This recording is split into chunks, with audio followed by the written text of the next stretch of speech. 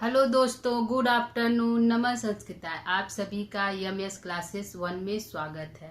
हम पढ़ रहे हैं कि जो कौटिल्य का अर्थशास्त्र है उसमें जो निर्धारित है प्रथम अधिकरण का प्रथम प्रकरण प्रथम अध्याय जो निर्धारित है उसको आज हम पढ़ेंगे। इसमें जो है विद्या के बारे में बताया गया है कि विद्या क्या है। चाणक्य जो कौटिल्य है वह विद्या को कितने भागों में बांटा है और उसके अंतर्गत जो उनके मनु इत्यादि है उन्होंने विद्या को कितने भागों में बांटा है, इसके बारे में आज हम पढ़ेंगे। तो आइए आज हम पढ़ते हैं प्रथम अधिकरण का प्रथम प्रकरण द्वितीय अध्याय सिलेबस में निर्धारित है। लेकिन यहाँ पे जो विद्या समुद्देश्य जो आन्वीक्षिकी स्थापना जो हुई है, जो विद्या की स्थापना हुई है, वह प्रथम अधिकरण प्रथम प्रकरण के द्वितीय अध्याय में नहीं, प्रथम अध्याय के अंतर्गत ही आता है विद्या उद्देश्य। लेकिन विद्या उद्देश्य जो है प्रथम अधिकरण के अंतर्गत आता है। प्रथम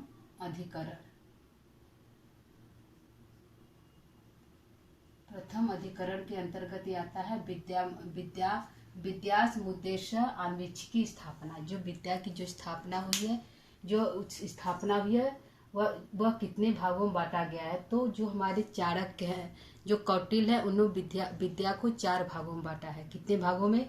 4 भागों में बांटा है। पहला है आन्वीक्षिकी, त्रयी, वार्ता और दंड नीति। यह चाणक्य के अनुसार है। किसके अनुसार है दोस्तों? चाणक्य के अनुसार यह विद्या है।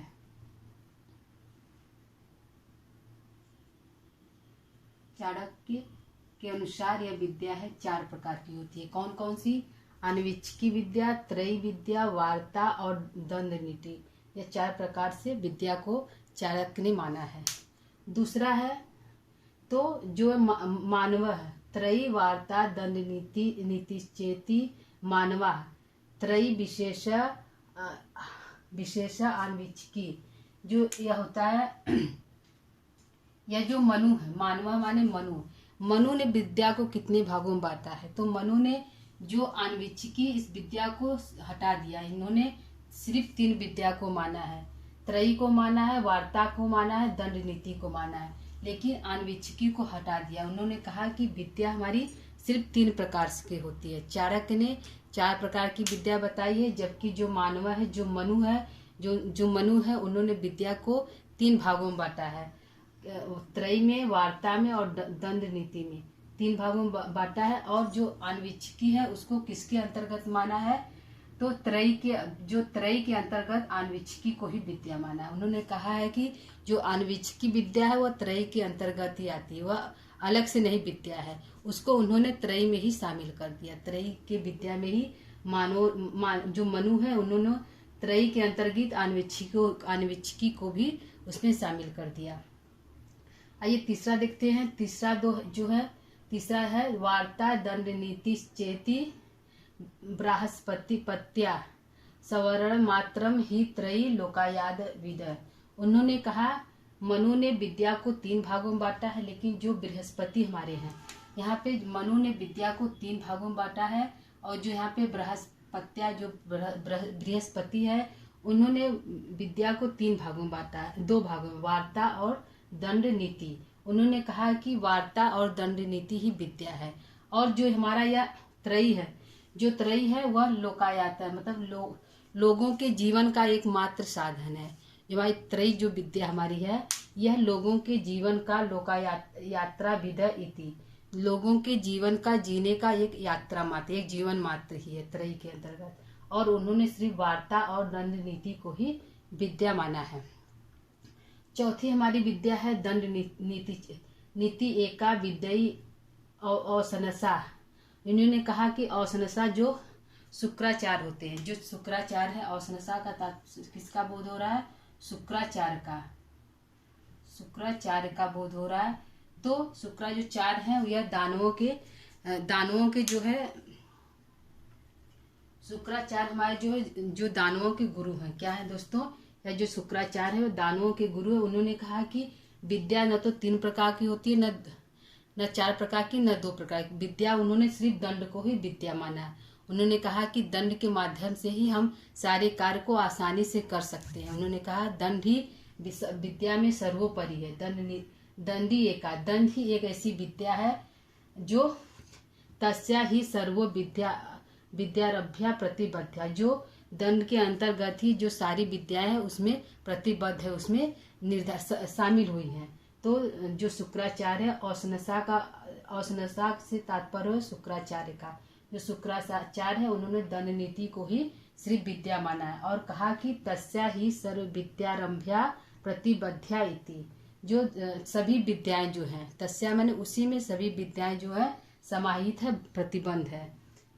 चतुर जो चाणक्य हैं उन्होंने, जो कौटिल्य उन्होंने कहा चतस एवं विद्या इति कौटिल्य, कौटिल्य ने 4 विद्याएं को माना है। पहले ही बताए हैं, कौटिल्य ने 4 विद्याओं को माना, आन्वीक्षिकी को माना, त्रयी को, वार्ता को, दंड नीति को।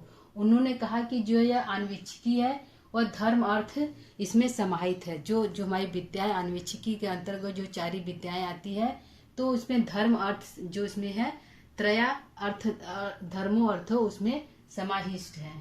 ठीक है दोस्तों, ताभी धर्म अर्थ यदिदात दिदानम, तो जो उनकी जो कौटिल्य की विद्या है वह धर्म अर्थ पे आधारित है, धर्म अर्थ के आधार पे उनकी विद्याएं जो है चलती हैं। यह कौटिल्य के अनुसार है। उन्होंने 4 विद्याएं मानी है, कौटिल्य ने 4 विद्याएं मानी है। चतस एवं विद्या इति कौटिल्य, कौटिल्य ने 4 विद्या मानी है। ताभी धर्मो अर्थ यादिदाता दिदाना नाम, तो उन्होंने कहा कि धर्म और अर्थ के आधार पर ही जो 4 विद्याएं उसमें निर्धारित हैं और उसको 2 भागों में बांटा है उन्होंने। धर्म और अर्थ के आधार से विद्या उनकी 2 है, सांख्य योग लोकायत। उन्होंने कहा कि जो हमारी विद्या है, एक हमारी विद्या है आन्वीक्षिकी, आन्वीक्षिकी के अंतर्गत कौन सी विद्याएं आती है।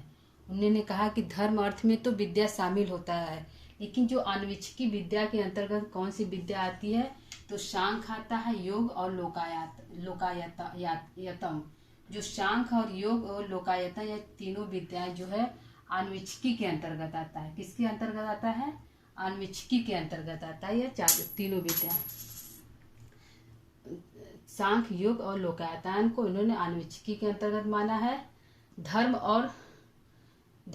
को इन्होंने धर्म अर्थ को इन्होंने त्रयी के अंतर्गत माना है। किसके अंतर्गत माना है? त्रयी के अंतर्गत माना है धर्म को। धर्म और अर्थ को त्रयी के अंतर्गत माना है। और अर्थ अनर्थ को किसके अंतर्गत माना है? त्रयी के अंतर्गत धर्म और अर्थ को माना है त्रयी के अंतर्गत। अर्थ और अनर्थ को किसके अंतर्गत माना है? वार्ता के अंतर्गत माना है। अर्थ और अनर्थ को वार्ता के अंतर्गत माना है। और दंड नीति को नयापनयों के अंतर्गत इन्होंने माना है। जो चाणक्य है इन्होंने माना है। दंड नीति में इन्होंने जो नयापनयो है, शासन सुशासन जो व्यवस्था होती है, जिसको हम अच्छी तरह से व्यवस्थित करके चला सकते हैं। तो जो चाणक्य है उन्होंने कहा कि दंड नीति जो हमारी है, शासन जो दंड नीति को हम कैसे चलाएं, तो उसको सुव्यवस्थित करके सुशासन अनुशासन के अंतर्गत उसको हम व्यवस्थित करके चलाएं। तो उन्होंने विद्या को, जो उनकी विद्या धर्म अर्थ पर आधारित है, तो उन्होंने 2 भागों में इसको बांट दिया। सांख्य और योग हमारी विद्या किसके अंतर्गत आती है? तो आन्वीक्षिकी के अंतर्गत आती है। धर्म और अर्थ किसके अंतर्गत आती है? तो त्रयी के अंतर्गत आता है। और अर्थ और अनर्थ किसके अंतर्गत आता है? तो वार्ता के अंतर्गत आता है। हमारी विद्याएं 4 है, आन्वीक्षिकी है, त्रयी है, वार्ता, दंड नीति। तो सांख्य योग और लोकायतान आन्वीक्षिकी के अंतर्गत माना है चाणक्य ने। त्रयी के अंतर्गत धर्म और अर्थ को माना है। वार्ता के अंतर्गत अर्थ और अनर्थ को माना है। दंड नीति के अंतर्गत उन्होंने शासन और सुशासन को माना है। शासन सुशासन व्यवस्था को दंड नीति के अंतर्गत माना है। उसके बाद हमारा दूसरा है क है। दूसरे भाग में है प्रदीप सर्व विद्या उपाया सर्व कर्मणाम आश्रय सर्व धर्मणाम धर्माश्चदा आन्वीक्षिकी यता मता। उन्होंने कहा कि जो हमारी जो विद्या है उसको 4 भागों में बांटा है। तो उसमें जो शामिल है, तो सभी विद्याएं किसका? सर्व विद्या उपाय, सभी विद्या का उपाय क्या है? तो आन्वीक्षिकी ही है। चाणक्य ने कहा सर्व विद्या उपाय, सभी विद्याओं का उपाय क्या है? तो आन्वीक्षिकी है। सभी कर्मों का उपाय क्या है, तो यह भी आन्वीक्षिकी है। सभी धर्म का आश्रय कौन सा है, तो आन्वीक्षिकी है।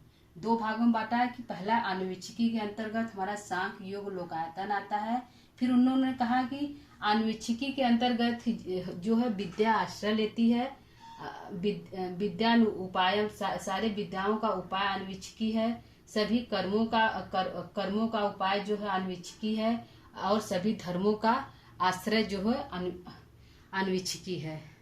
ठीक है दोस्तों, यह हमारा हो गया विद्या के अंतर्गत, या जो प्रथम अधिकरण का प्रथम प्रकरण में, या जो आन्वीक्षिकी के अंतर्गत क्या क्या आता है, विद्या के अंतर्गत क्या क्या आता है। तो एक बार इसको हम फिर से देख लेते हैं दोस्तों। पहला हमारा आन्वीक्षिकी, जो चाणक्य है उन्होंने विद्या को 4 भागों में बांटा, आन्वीक्षिकी, त्रयी, वार्ता और दंड नीति।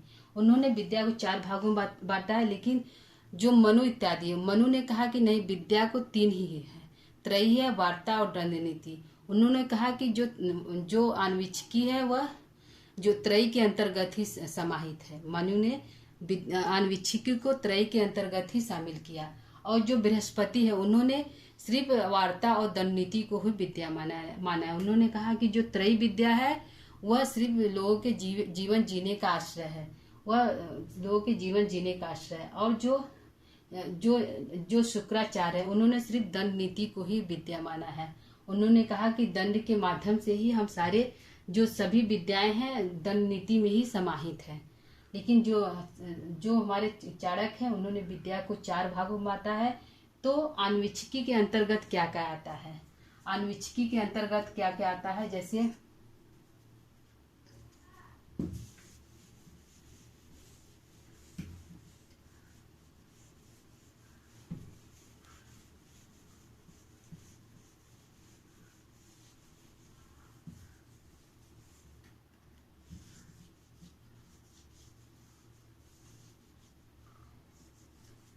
आन्वीक्षिकी के अंतर्गत कौन कौन सा, चाणक्य ने, जो कौटिल्य है, इन्होंने आन्वीक्षिकी माना है कि आन्वीक्षिकी के अंतर्गत कौन कौन सी, आन्वीक्षिकी के अंतर्गत विद्या कौन कौन सी है। तो उन्होंने कहा कि जो हमारा सांख्य, योग और लोकायतन, ये तीनों है। कौन सा है, सांख्य है,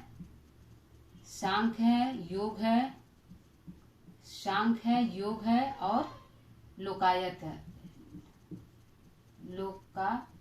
है। यह तीनों जो है आन्वीक्षिकी के अंतर्गत आता है। ठीक है दोस्तों, यह तीनों जो है आन्वीक्षिकी के अंतर्गत आता है चाणक्य के अनुसार। किसके अनुसार, चाणक्य के अनुसार। दूसरा उन्होंने कहा कि जो यह आन्वीक्षिकी के अंतर्गत आता है, जो त्रयी के अंतर्गत क्या आता है, त्रयी के अंतर्गत क्या आता है, तो धर्म और अधर्म। क्या आता है, धर्म और अधर्म। धर्म अधर्म जो है त्रयी के अंतर्गत आता है। वार्ता के अंतर्गत क्या आता है, वार्ता के अंतर्गत आता है तो हमारा अर्थ और अनर्थ आता है। अर्थ और अनर्थ आता है। और हमारा जो है दंड नीति के अंतर्गत क्या आता है, दंड नीति के अंतर्गत क्या आता है, तो हमारा शासन सुशासन आता है। शासन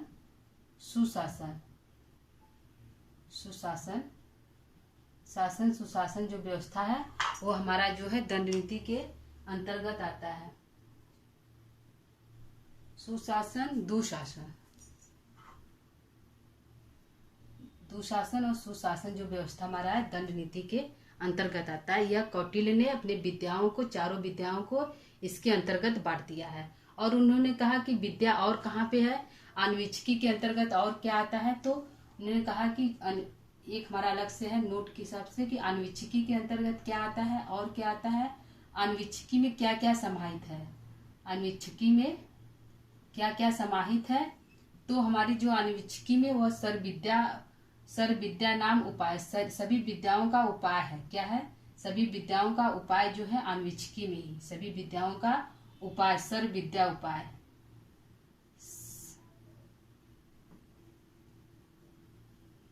सर्व विद्याम उपाय उपाय, सभी विद्याओं का उपाय जो है आन्वीक्षिकी ही है, और सभी कर्मों का उपाय क्या है, वह भी आन्वीक्षिकी ही है। सर्व कर्मणाम, सभी कर्मों का उपाय कहाँ पे है, वह भी हमारा आन्वीक्षिकी ही है। और क्या है, सभी सर्वधर्माणाम, सभी धर्मों का उपाय कहाँ पे है, सर्व धर्माणाम, सभी धर्मों का उपाय कौन है, तो वह भी हमारा आन्वीक्षिकी है। सभी धर्मों का आश्रम क्या है, आश्रय क्या है, तो आन्वीक्षिकी ही है। आश्रयम आन्वीक्षिकी ही है। कौन सा है दोस्तों, आन्वीक्षिकी ही है। तो यह कौटिल्य के अनुसार हो गया, मनु इत्यादि के अनुसार देख लिए दोस्तों। तो हमारी विद्या हो गई जो हमारे सिलेबस में निर्धारित है दोस्तों। तो आज का क्लास हम यहीं पर समाप्त करते हैं दोस्तों। आज हमारा क्लास कैसा लगा कमेंट करके जरूर बताइएगा। तो आज का क्लास यहीं पर समाप्त करते हैं। नमस्कार।